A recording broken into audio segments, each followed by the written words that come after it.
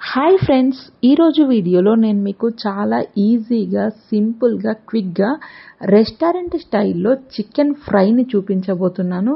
ఇది మనం స్టార్టర్ లాగా జస్ట్ అలా తినేయచ్చు ఫ్రెండ్స్. టేస్ట్ అయితే సూపర్గా ఉంటుంది.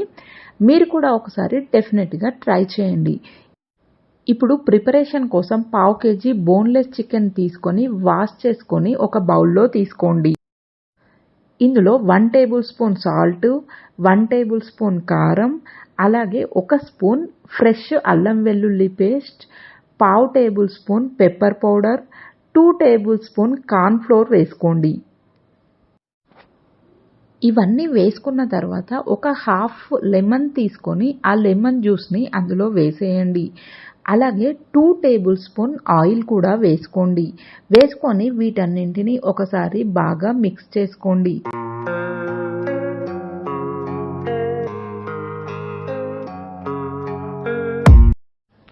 మిక్స్ చేసుకున్న తర్వాత దీన్ని ఒక హాఫ్ అన్ అవర్ పక్కన పెట్టేసేయండి.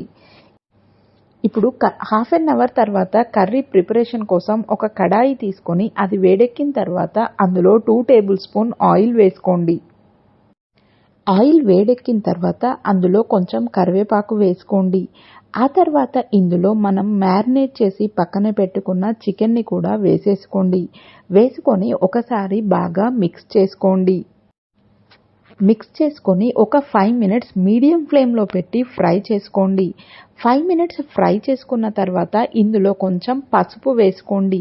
పసుపు ముందే వేయడం వలన చికెన్ పీసెస్ అనేది తొందరగా మాడిపోవడం జరుగుతుంది. కాబట్టి చికెన్ పీసెస్ కొంచెం కుక్ అయిన తర్వాత ఇలా చికెన్ పీసెస్ సైడ్ కని కొంచెం పసుపు వేసుకోండి.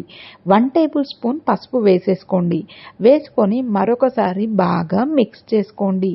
మిక్స్ చేసుకొని ఒక 10 మినిట్స్ లో ఫ్లేమ్లో పెట్టి ఫ్రై చేసుకోండి. ఇందులో మనం ఇంకా ఏమీ వేయాల్సిన అవసరం లేదు ఫ్రెండ్స్.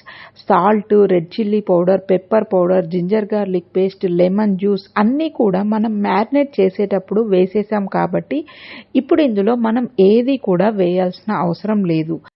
జస్ట్ మనం మధ్య మధ్యలో కలుపుకుంటూ ఫ్రై చేసుకుంటే సరిపోతుంది.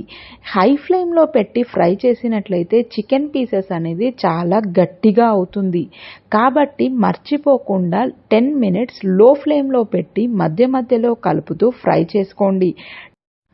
10 మినిట్స్ ఫ్రై అయిన తర్వాత మన చికెన్ ఫ్రై అనేది ఈ విధంగా ఉంటుంది ఫ్రెండ్స్. ఫైనల్గా మనం కొంచెం కొత్తిమీరతో గార్నిష్ చేసుకున్నట్టయితే యమ్మీ టేస్టీగా ఉండే రెస్టారెంట్ స్టైల్ చికెన్ స్టార్టర్ అయితే రెడీ అయిపోయింది. సూపర్ టేస్టీగా కూడా ఉంటుంది. మీరు కూడా ఒకసారి చాలా సింపుల్గా ఈ విధంగా ట్రై చేసి చూడండి. ఈ వీడియో కనుక మీకు నచ్చినట్టయితే డెఫినెట్గా లైక్ చేయండి. ఇలాంటి మరిన్ని లేటెస్ట్ సింపుల్ రెసిపీస్ కోసం మా ఛానల్ని సబ్స్క్రైబ్ చేయండి. Thank you for watching.